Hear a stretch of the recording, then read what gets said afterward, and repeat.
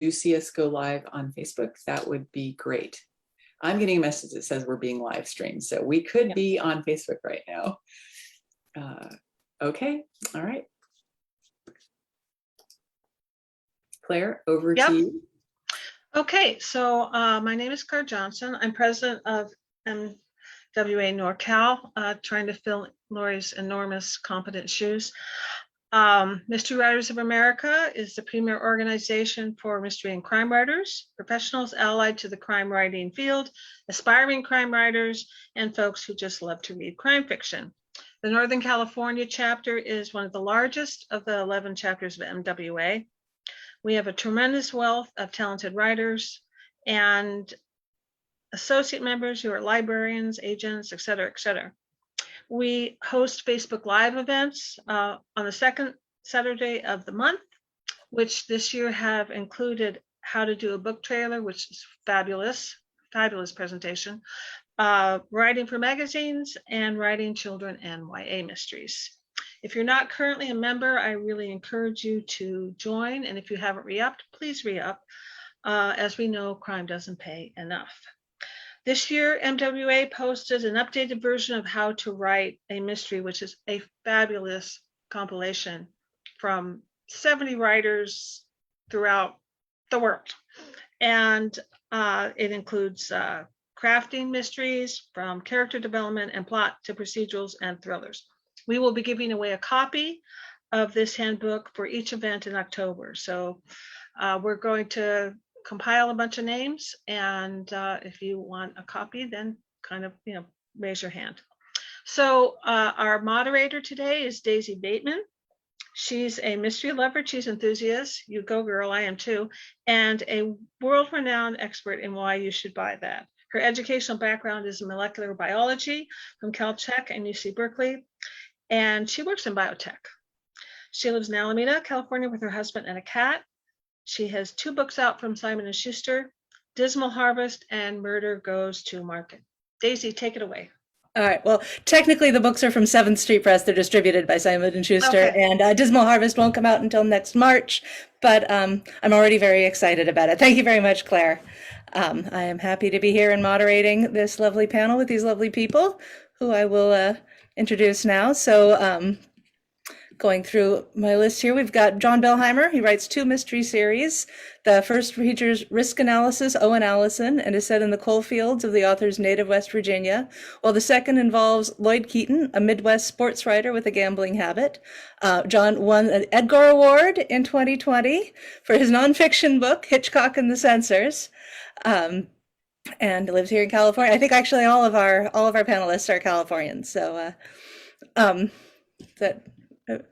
yeah, I see no arguments. So. And then next, going alphabetically, we have Mark Coggins, who's born in the Four Corners region of New Mexico and is an enrolled member of the Choctaw Nation. In college, he wrote his first story featuring a series character, August Rordan, There's No Such Thing as Private Eyes, which was published in New Black Mask.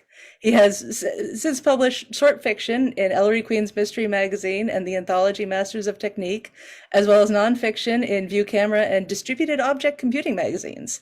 He is also a photographer and has published a monograph entitled Street Stories. And Margaret Dumas has had a long and successful career in Silicon Valley. Perhaps I should speak more slowly. As a technical writer, she began writing mysteries as an outlet for her fantasies about killing software engineers. Her first mystery series featured... Why are you laughing, Mark?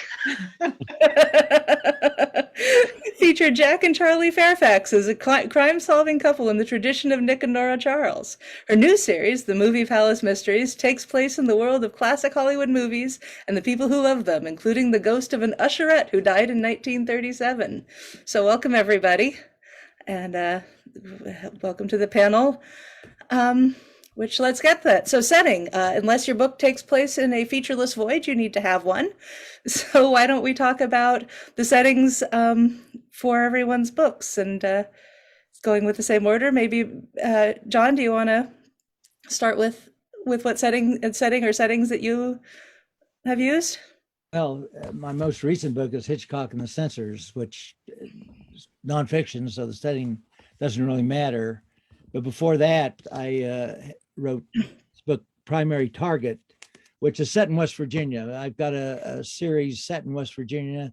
This is the latest book. As far as the setting in West Virginia, the thing that's important from the standpoint of Primary Target is West Virginia's history of dodgy election rigging, which I think is like an interesting part of a setting. West Virginia has a history of election rigging, and that becomes essential to the plot, or at least essential to the background of the plot, because what's happening in the plot is that there's a primary election, and looks like West Virginia is going to decide the result of the primary. One of the candidates is the son of a ex-California governor who has done my protagonist, Owen Allison, wrong. So Owen is working with the sheriff to make sure that the election stays honest, and had a good deal of fun in pulling together the background of West Virginia's history of election shenanigans.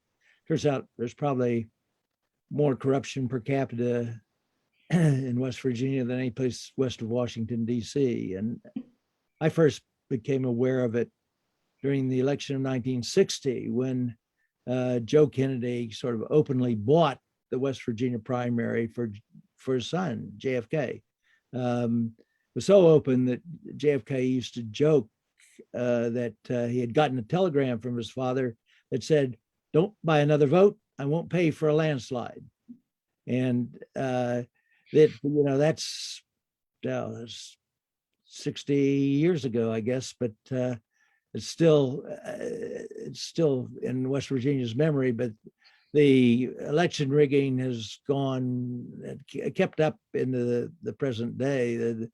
There's one county which is near the county where my protagonist lives. So it's Mingo County. The number of votes counted regularly exceeds the population of the county, not just the registered voters, but the population of the county. And at one point in the not so distant past, there were 50 election officials and one sheriff in jail for vote rigging. And it's one facet of Mingo County's voting is that at one point there were 200 absentee ballots that came in alphabetical order. So you can't make this stuff up, but it's good background to my setting. So that's what's important in West Virginia, the current book I'm writing. Very cool. And relevant to the present day, unfortunately. And Mark, what about you? What sort of setting or settings have you been featured recently? So my latest book was called The Deadbeat Scroll, and that's kind of got two puns in it. One, it sounds like Dead Sea Scrolls, of course, and then deadbeat isn't referring to someone who's lazy or doesn't work. It's a reference to a deadbeat writer. So the book is actually very, very tied to San Francisco because it involves Jack Kerouac, and Jack lived in San Francisco for a few months with Neal Cassady and his wife Carolyn in a small house on Russian Hill. And during the time he lived with them, he was working on a number of books, including revising his most famous novel, On the Road. And the thing about On the Road that you may or may not know is it was written on a continuous scroll of paper. So he took tracing paper and taped it together so that as he was typing, he could keep rolling, so to speak, with kind of his spontaneous prose. His style of writing was very spontaneous. So the idea, for the sort of conceit of the book is that during the time he's living with Neal Cassady and Carolyn Cassady, Neal, by the way, of course, was the basis of one of the characters in On the Road. He's working on another book. He's also writing it in a scroll format, and he secrets that manuscript in the house in San Francisco. And then later, many years later, it's discovered during the time the house is being remodeled, and there's kind of a mad scramble to get hold of the manuscript. The actual scroll for On the Road was sold for about $2 million. And it's probably worth more like 5 at this point. So there's a lot of intrinsic value in the manuscript. And of course, people are excited to have a new book by Kerouac. So very much tied to the Beat Generation and San Francisco and all the things that go with that, Kerouac and Neal Cassady in the 50s. So setting's very important for me in that book. Very cool. And I think another San Francisco setting, Margaret? Another San Francisco setting, yeah. My protagonist flees LA at the beginning of the first book in the Movie Palace series. Her relationship with her movie star husband breaks up, and she comes to San Francisco to get away from the LA scene, all of the paparazzi, all of the hubbub surrounding her husband. And I think that San Francisco is often a place that people come to reinvent themselves and to rediscover themselves. And I wanted to sort of play in that area. The specifics of the setting, it's in a movie palace that is located where the Vogue is in San Francisco on Sacramento Street. So if any of you have been to the Vogue, I can recommend it. But the Vogue looks nothing like this theater. I made this much more of a grand, still one screen Art Deco masterpiece of a movie theater, because I wanted to have it as similar to it would have been in the 30s as possible, because it is haunted by a ghost who died there in the 30s, and we wouldn't want her to get lost in a multiplex. So yeah, so it's sort of the world of old movies set in modern San Francisco. Very nice. So let's see. And all right, so I guess for another question, so for those of you who are using real places, kind of ties in, maybe we can just go back. If you're using real places, how much is invented? Or if your book is a set invented place, how much is real? And I don't know, but Margaret, would you like to just pick up and kind of elaborate on that? Sure. Sort of started on that topic. Yeah, I wanted to have it feel very grounded in a very specific place. I actually went to as many movie palaces as I possibly could, all in California. And then especially when I started promoting the book, every place I went where there was a mystery conference, I would go research the old movies. And I had, even a floor plan of where everything was, and the back staircase you would have to take to get down to the sub basement where all of the old stuff was located. So I wanted to keep it very, even though it's fictional, I wanted it to be very, very much based on what would have been a real movie palace. And now I've lost track of what I was supposed to be answering. No, you're right there. So that you have a fictional place, but so is where's the reality in your fictional place? Where's the fiction in your real place? Yeah, and I think the fiction is that a place like this could survive economically, because it's not the Castro. It's the things that I have her going through in order to keep the lights on and the films coming. I know that in the real world would not work, but that's why I write fiction, because it's much easier than buying a movie theater. That's true. John, what about you? Well, I guess I have yes to both. The West Virginia books are set in a small town, which I call Barclay, which is really Beckley, which is a little town of 25,000 people in coal country. And I use Beckley for most of the scenes, or Barclay, but then because it's a fictional town, I can bring in anything I want. And one book, I've got a coal mine dam that overflows and causes economic and environmental problems. Another, I've got strip mines and whatnot.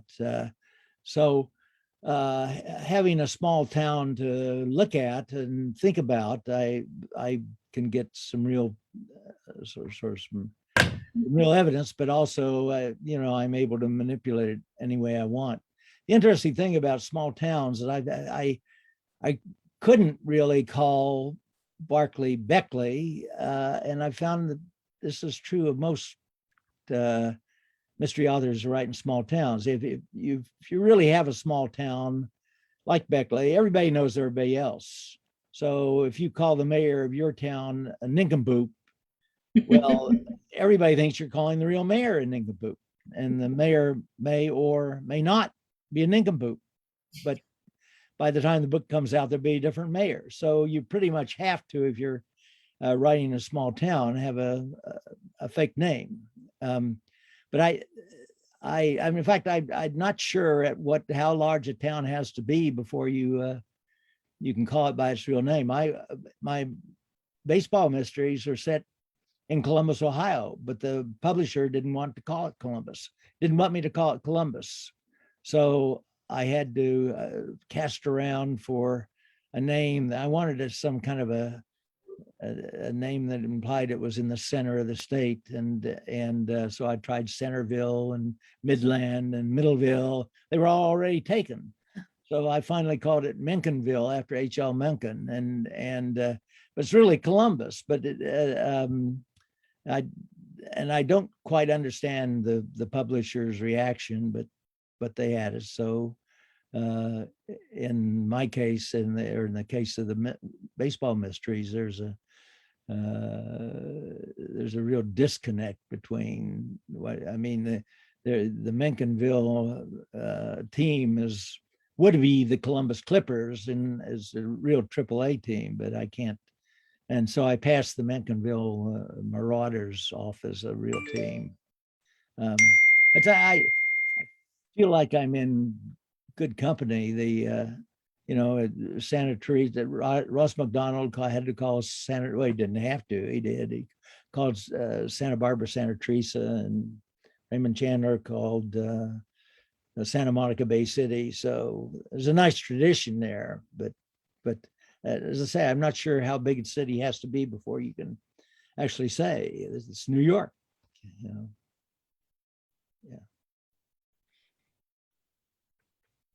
And you, Mark? Actually, my books are very, very grounded in real places. And in fact, I have often included black and white photographs of the locations, sort of scene setting photographs for the locations for each chapter. So for the Deadbeat Scroll, there's, as I said, photographs for each place. And I pretty much will go there to the actual place I'm setting the story and take notes and try to be accurate about the description I give. And in fact, there's a little one chapter set near the Vogue Theater, and to call back to Margaret's, and it's a little Victorian I lived in, and on Clay and Broderick, which is close to the Vogue. I used to go to the Vogue. So I was just writing from experience from having lived there, but I put a character there. So yeah, I'm pretty faithful to the city, and I actually won't write a chapter unless I can really harken back to a real place. I'll sometimes change the names, of course, but I'm usually describing a real place in San Francisco. And that actually runs very nicely into the next question I have, which is what sort of research goes into your settings? So obviously you go there and take pictures. Is there anything else that you do, Mark? Yeah. So, for this book in particular, I had to do a lot of research, of course, on the beats and the beats in San Francisco. And I've lived in San Francisco in various neighborhoods. I did live on Russian Hill. And I originally heard about the fact that Kerouac lived in the street, Russell Street, in this little cottage with the Cassidys. A friend told me that when we were walking by. And so just learning about a lot about Cassidy and the time he spent there, and then, what works he would have been working on. So a lot of research into that. And then a lot of research around the particular places I did choose to set the rest of the story, some of which, of course, has beat connections, and some of which doesn't necessarily. So yeah, the photographs, as you're sort of suggesting, the way that I got started doing that was actually as part of the research. And I thought, well, hey, maybe I should just see if I can get the publisher to let me put them in. And then I sort of turned it on its ear. I would see a place in San Francisco I thought was interesting. I'd take a picture of it and I'd write the book around to the point where I could include the photo. So it works both ways sometimes. Very nice. Well, and Margaret, you mentioned a little bit about your research before about going to all the different movie houses. Was there anything else that you did? Or?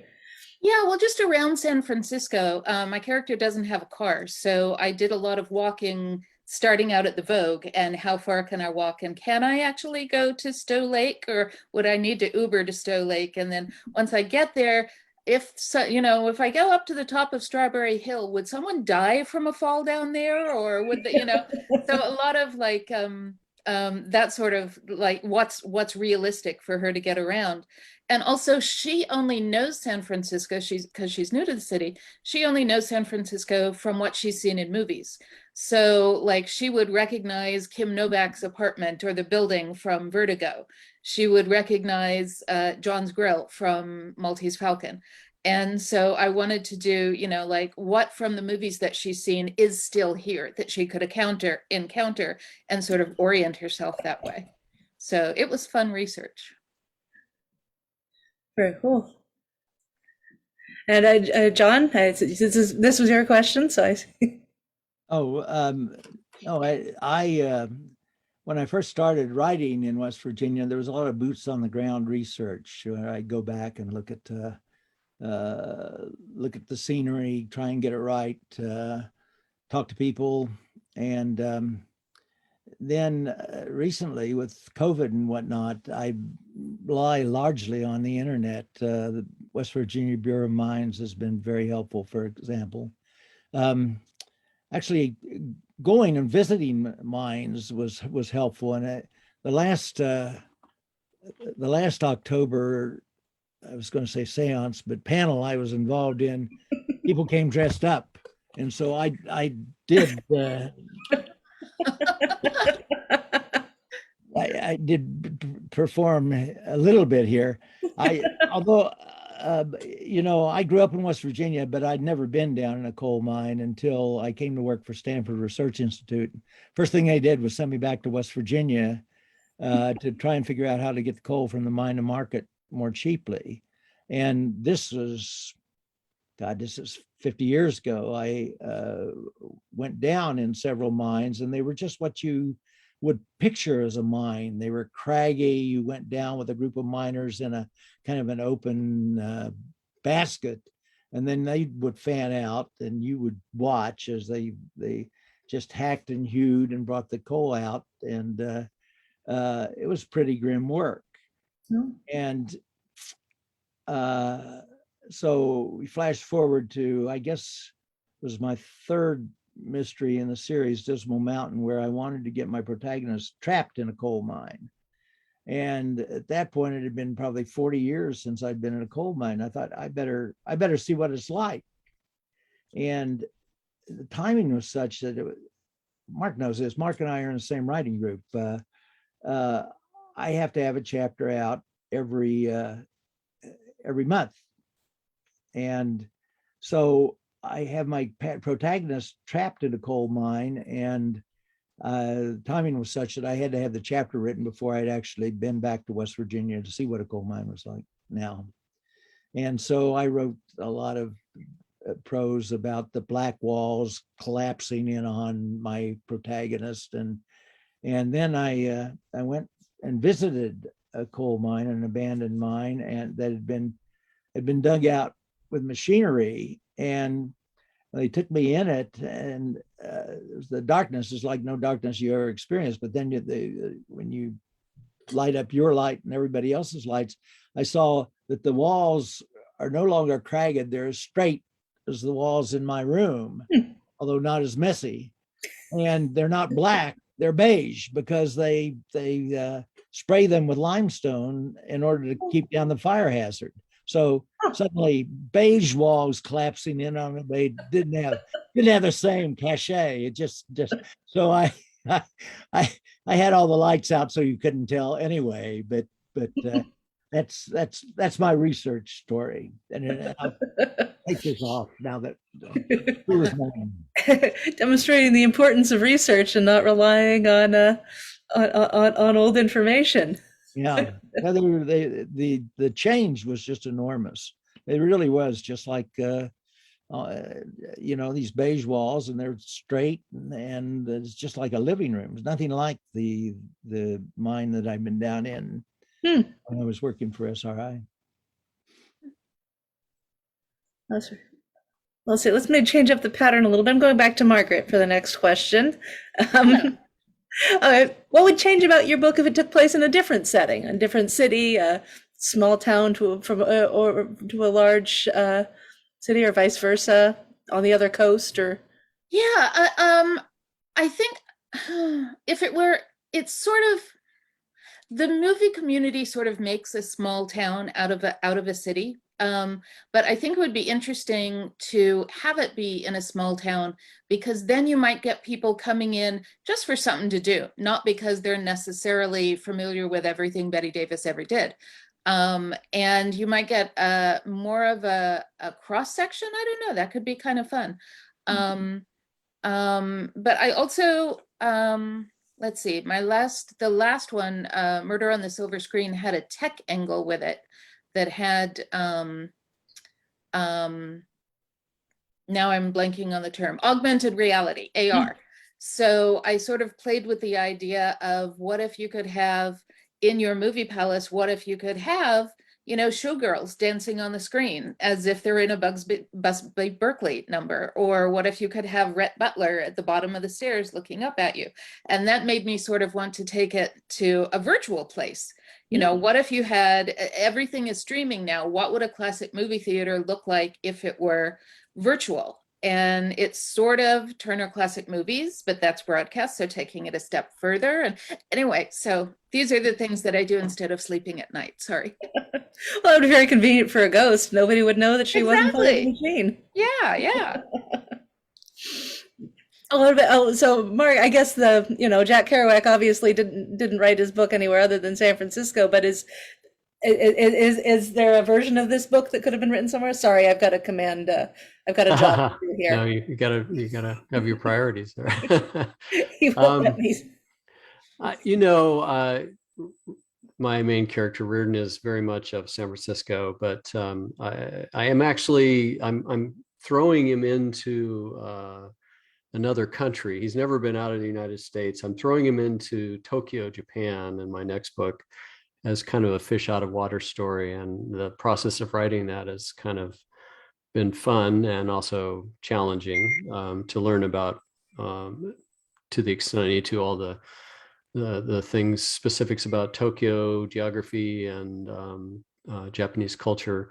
So it's been a kind of an exercise in just what you say, experimenting with, can Reardon really exist outside of San Francisco? And that's been fun. It's a little bit like that. Maybe some people have seen this movie from, I think it's the 80s, called Black Rain, where Michael Douglas is this crusty New York cop, and he has to go to Tokyo to help with an investigation, and kind of collaborates with a Japanese detective there. So a little bit like that. So yeah, it's been an interesting experiment. Very cool. And John, I guess West Virginia has its very specific set of problems, but do you think these stories be different if you'd?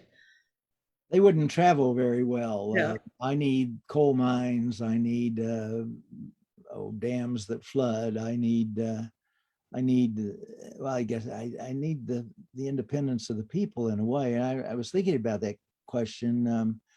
You'd think that election rigging would travel. I could do it in a big city, but wouldn't be the same. In West Virginia, it's kind of a cottage industry. It's the Charleston Gazette, Charleston's the capital city, there's a quote I used in the book that I can't quite remember, but something like vote buying puts a real zip in the economy every 2 years, so it's sort of acknowledged. if I went to a big city, there'd be, oh, you wouldn't be buying votes, you'd be buying publicity or ad time, or it would be totally different. I need the small town, and I need the mines and everything that goes with kind of an economy that in some ways relies on vote buying. Support local industry. Yeah. Craft artisan craft local votes. Sorry, getting back into my thing. So let's see. Oh yeah. This is, so maybe Mark, you could take this, start us with this one. So when you're describing a place to a reader, what are the elements you think are most crucial to give you the sense of the location of the setting? I remember listening to Megan Abbott, and she was kind of asked a similar question at a book event. And Megan, like myself, is a big fan of Raymond Chandler. And she didn't start the answer that way, but one of the things that Chandler really does well is draw upon all the different senses when he's sort of setting a scene. When Chandler goes into a California bungalow and it's very quiet, he has a way of describing how the house is quiet but still adding tension to it with just the things he notices and chooses to describe. So I think it's important. It's not like a laundry list you go through and say, I have to describe a smell now, a sound now, and a sensation. But I think sort of being very thorough about taking all these senses into account is important. And I try to do that. I'm not nearly as good as Megan Abbott or certainly Raymond Chandler either, but that's how I sort of start a scene when I'm trying to describe a new place. I try to take into account the sights, the sounds, the smells, and even sort of the sense a person might get walking into a place. Very nice. And John? Well, I have to respond to Mark in a way. You use all the senses, but Mark's actually pretty good at it. That he's writing in Tokyo right now, and I've just read a chapter of his where he's describing a room in Tokyo that is quite good. I can't reach my hand on it and get it right now, but as far as West Virginia goes, early in each book, I let my protagonist, Owen Allison, just drive through the countryside and look at, you've got the winding roads, you've got the scenery, but then you've got the dilapidated houses and the kind of perpetual yard sales in these small communities. Everybody's got a card table or a clothesline out in the yard, and there's this trading that goes on, or bartering with neighbors. It's part of the economy and part of the sign that things aren't going well in the state. So there's that. I think I mentioned it when I talked about West Virginia's vote buying history. There's something about the history of a place is interesting too. I'm currently reading Edgar's in True Crime, and some of the most fascinating pieces that come are the history of, say, Boston's combat zone, or what it was like in London during the days of Jack the Ripper. There's a history that goes with these places that's worth charting, I think. Very nice. And we just got haunted. Speaking so, Margaret, did you have particular details or aspects of a setting that you like to bring in? Well, I like to go for the vibe as well as the concrete details. I mean, it smells like popcorn and spilled soda, but it also, you walk into a theater and you get a certain vibe. The space is large and it's filled with, remember when we went into movie theaters and they were filled with people? And so there's just that sort of like the feeling that you get when you walk into a place like a movie theater. But I also have one of my characters is in the neighborhood and owns a cannabis shop. And I kind of wanted to be really specific in describing that, because you get, especially if you're someplace, and this was a couple of years ago that I did the first book when cannabis was first becoming legal. And I think a lot of times people think, ooh, it's like this den of iniquity, when in fact, you know, the one in my book looks like it could be selling crystals and yoga mats, and you know, everything is beautifully displayed, and it's the vibe. Sorry, talk amongst yourselves. That's all right. Yeah, a lot of them look like they should be selling extremely expensive skincare. Yeah. A lot of them are these days. Well, let's see. I was going to ask Margaret to continue, but I think she needs some recovery time. So can we maybe go back to John with the? I'm allergic to rum hole. Sorry. He's very powerful. He can send allergies over the internet. So have you ever decided on a setting before coming up with the characters or the plot? Like has the idea of a setting ever really set off a story? Well, I think it was neck and neck or chicken egg problem with the first book I got published, which was Contrary Blues. I told you that my trip to West Virginia working for SRI, where they sent me down in a mine, and there was something about the character, the people, the local people. There were independent miners. There were people who just had a mine in their backyard, and they would work it, and they would bring out the coal, and the Norfolk and Western Railroad would send them a car, and they would put the coal into a car, and the NNW would keep that separate from the big coal's cars. And these people were they were independent, they were feisty, and they no longer exist. You know, big coal is going out of business. So these folks were some of the first to go. But at the time, I was really impressed with them. And I wrote, I sort of made up a plot around these people who or at least these folks who were independent and had their own minds, played a big part in it. The Contrary was a small town. Well, it wasn't even a town. It was just a company store, really, but it was enough of a town. So Big Coal was pulling in my plot. Big Coal was pulling out, and it's about to go under. But the citizens figure out how to get a subsidy from the federal government. They tell the federal government they're running a 20 bus system. They're really only running 2. Somebody's pocketing $500,000 a year. And the federal government eventually figures that out. And when they do, the city fathers tell the federal government, well, you know, look, we need our librarian, we need our policeman, we need the clinic, we need that more than we need buses. What do you care? What federal government? What will you use your subsidy for? And while the federal government's scratching their head over that, an auditor dies under mysterious circumstances, best kind of circumstances to die under. And the book goes on from there, but the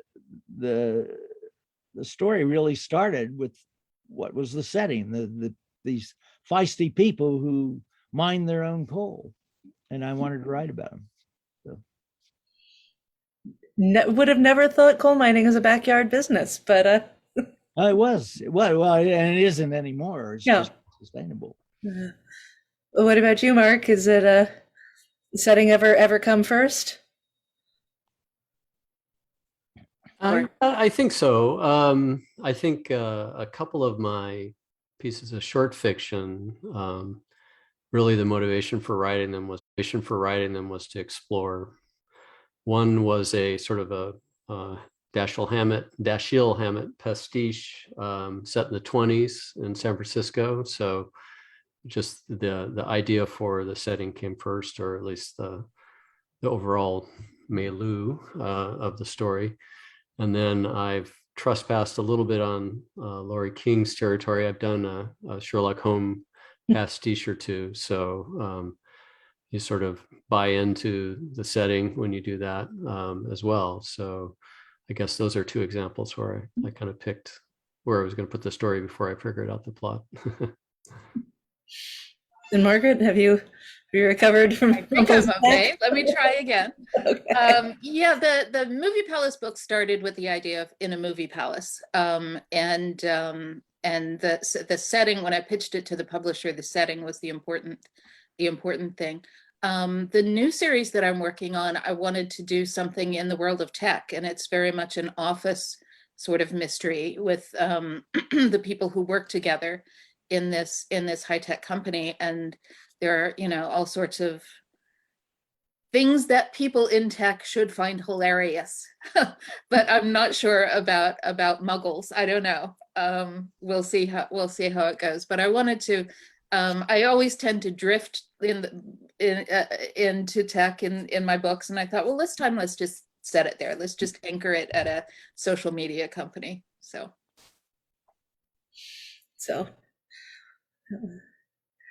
Well, we're coming up on 10 minutes left. Are there any questions from the audience? Anything people would like to hear the panelists talk about?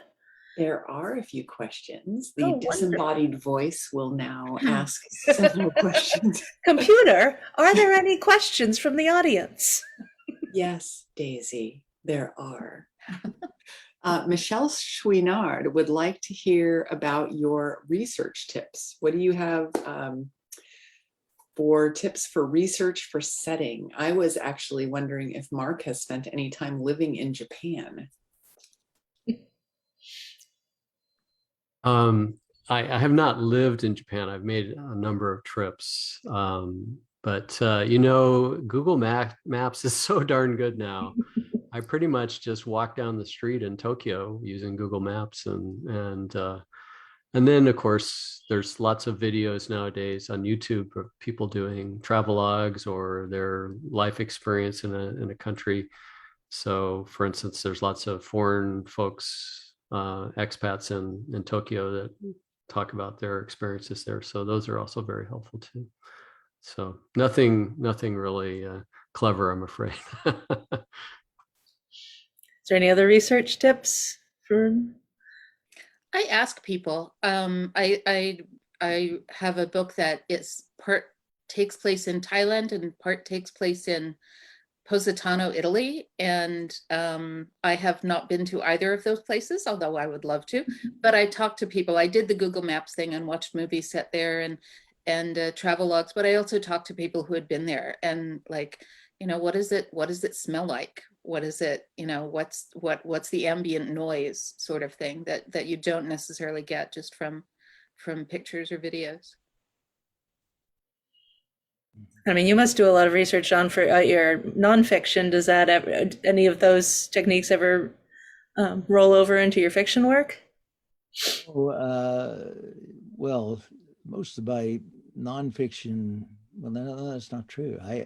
I've written a couple of nonfiction books. The Hitchcock book, the research was delightful, but there was just one place to go. There's the Margaret Herrick Library in Beverly Hills, where they had all the correspondence between the Censors Board and Hitchcock and the Censors Board. So I could just spend delightful time there looking through all that. I've written a baseball book called Baseball in the Blame Game, where I've just got shelves behind me of baseball books that with a lot of this was almost pre-internet that I was doing that. And that now, as I say, I don't do a lot of boots on the ground research in West Virginia anymore. So I'm relying on the internet, and found that local agencies just to be very helpful. Because I said the Bureau of Mines, for instance, was helpful. Or my brother still lives in West Virginia, and I can call him up and have him look in the local newspapers for something, especially names. Obituaries are a source of names for me. There are West Virginia names. Chauncey Depew III is not a West Virginia name. Sally Lou Adkins is a West Virginia name, and so I guess that could be a tip. I use obituaries to get names for characters. It's a good tip. That was a good tip. there's another question that came to me. Do you consider your setting as if it's another character?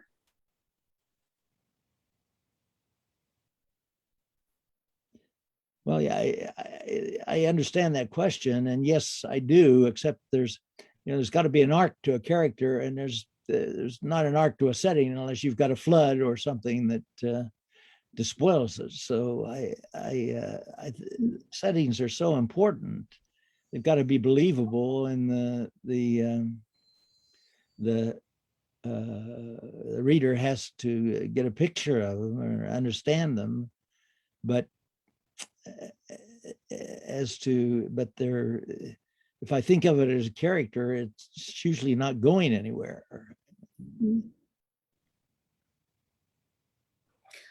I want my readers to care about the palace and to care about keeping it alive. And partially because I want them to care about movies, but also because that's where Trixie the ghost lives. And if the palace is turned into condos, what would happen to Trixie? So I want Getting my a roommate. yeah. I want my readers to care about the fate of the palace as though they're caring about the fate of a character. This is often a question people talk about, or a point of discussion, that can a place be a character? And I kind of agree with John. It doesn't really have all the qualities of a character. Doesn't have motivation, doesn't have an arc, like John said. I think the way I think about setting is more like, you can stage a play, you can have a very elaborate set where you recreate the environment that you're trying to portray in a very detailed way, or you can have a 1 or 2 man play, or person play rather, and have it just in a stark stage. And so I think the setting is a choice like that someone doing a play would make. And it doesn't necessarily have to be a lush setting to make a good story, just like it doesn't necessarily have to be a lush setting to make a good play. It's just a choice the author or the dramatist makes when they tell the story.